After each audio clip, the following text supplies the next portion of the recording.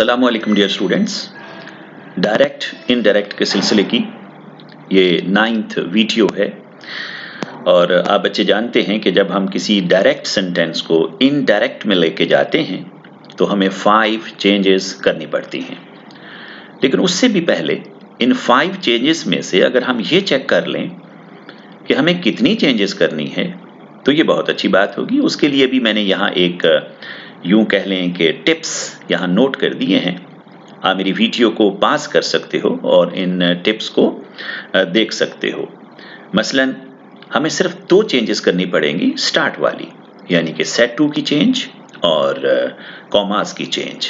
अगर हमारा कॉमास के अंदर वाला जो सेंटेंस है वो एक यूनिवर्सल ट्रुथ है और हमें सिर्फ 3 चेंजेस करनी पड़ेंगी अगर सेड की बजाय कहीं वहां पर से आ जाता है, और बाकी तमाम सेंटेंसेस में हमें पांचों की पांचों चेंजेस करनी पड़ेंगी। आज जो सेंटेंस मैं डिस्कस करने जा रहा हूं आप बच्चों से वो इंपेरेटिव का है। आप देख लीजिएगा, he said to her please fetch me a glass of water. तो फेच ये फर्स्ट फॉर्म है और आप बच्चों को समझाने के लिए मैंने यहाँ पर वर्ब की फॉर्म्स और ये भी बता दिया है कि ये जुमला हुक्मिया जुमला यानी कि इंपेरेटिव सेंटेंस होता क्या है। यानी कुछ करने को कहा जाता है या कुछ ना करने को कहा जाता है। तो इसमें ही ने हर से कुछ करने को कहा है।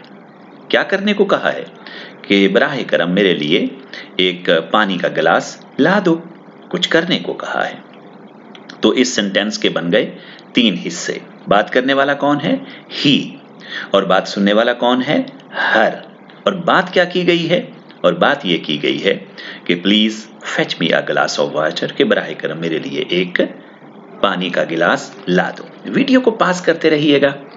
जितनी बात सुन लें उसको समझने के लिए थोड़ा सा वक्त लें, फिर उसके बाद वीडियो को रन कर लें। अब फर्स्ट चेंज क्या है? वो है सेट टू की चेंज।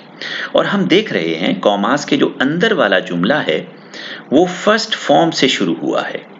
बस ये जो कुछ करने को कहा गया है उसका अंदाज प्लीज वाला है। और आप जानते हैं कि प्लीज फर्स्ट फॉर्म अगर होगी, रिक्वेस्ट की जाती है, गुजारिश की जाती है, तो सेट टू की जगह पर हमने क्या लगा दिया? रिक्वेस्टेड। जी बेटे, क्या लगा दिया? रिक्वेस्टेड। और इस तरह से ये जो लफ्ज था हमारा प्लीज, ये खत्म हो जाएगा। क्यों खत्म हो जाएगा? इसलिए कि ये सेड के साथ मिलकर रिक्वेस्टेड एक नई शक्ल इख्तियार कर गया है इनडायरेक्ट फॉर्म में। चलते हैं आगे। अब हमारी सेकंड चेंज, सेड की जगह हमने रिक्वेस्टेड लिख दिया था, प्लीज हमारा खत्म हो गया। ये आप देख रहे हैं मैंने काट दिया। जब हम फिर कॉमास के अंदर वाले जुमले को देखते हैं तो ये फर्स्ट फॉर्म से शुरू हुआ है। और आप बच्चे जानते हैं मैंने एक टिप नोट कर रखे हैं यहाँ पर, वीडियो को पास कर करके देखते जाइएगा कि फर्स्ट फॉर्म से अगर सेंटेंस शुरू होता है तो कॉमास को हटा के आप क्या लगाएंगे? टू। तो यहां देख लीजिएगा, फेच ये फर्स्ट फॉर्म है तो इससे पहले मैंने लगा दिया टू और कॉमास खत्म हो गए। जी बेटे, आप देख रहे हैं कॉमास हमारे खत्म हो गए। और इस तरह से ये हमारी थी सेकंड चेंज। सेट टू की चेंज हो चुकी, कॉमास की चेंज हो चुकी। अब हम चलते हैं अपनी थर्ड चेंज की जानिब। और थर्ड चेंज आप जानते हैं और वो है हमारे पास प्रोनाउन की चेंज। और आप बच्चे जानते हैं कि कॉमास के अंदर वाला जो सेंटेंस है उसमें मी आप बच्चे देख रहे हो, तो यहां पर देख लीजिएगा कि ये है मी। इसे हमने चेंज करना है। 8 का ग्रुप है और जब ये 8 का ग्रुप है तो ये चेंज होगा बात करने वाले से। और बात करने वाला कौन है? और वो है हमारे पास ही। जी बेटे, मी ने चेंज होना है और ही से चेंज होना है। और आप बच्चे जानते हैं कि जब मी ने चेंज होना है तो इसी कॉलम से कुछ ना कुछ लिया जाएगा। जी बेटे, कहां लिया जाएगा? इसी कॉलम से, यानी मी वाले कॉलम से लिया जाएगा। तो हम देख रहे हैं कि ही के सामने है हिम, तो आप देख लीजिएगा। तो यहां आप बच्चों ने मी की जगह पर लगा दिया हिम। अब बाकी क्या बचा? अ ग्लास ऑफ वाटर। ये तो सिंपल एक नाउन है और नाउन तो आप बच्चों को पता है कि चेंज होते नहीं है। और जो हमारी फोर्थ चेंज है जिसे हम कहते हैं वर्ब की चेंज, वो लागू नहीं हो सकती। क्यों नहीं लागू हो सकती कि ये जो फर्स्ट फॉर्म थी इससे पहले लग चुका है टू, देख रहे हैं, इससे पहले लग चुका है टू और ये बन चुका है इन्फिनेटिव। ये एक नाउन की शक्ल इख्तियार कर गया है।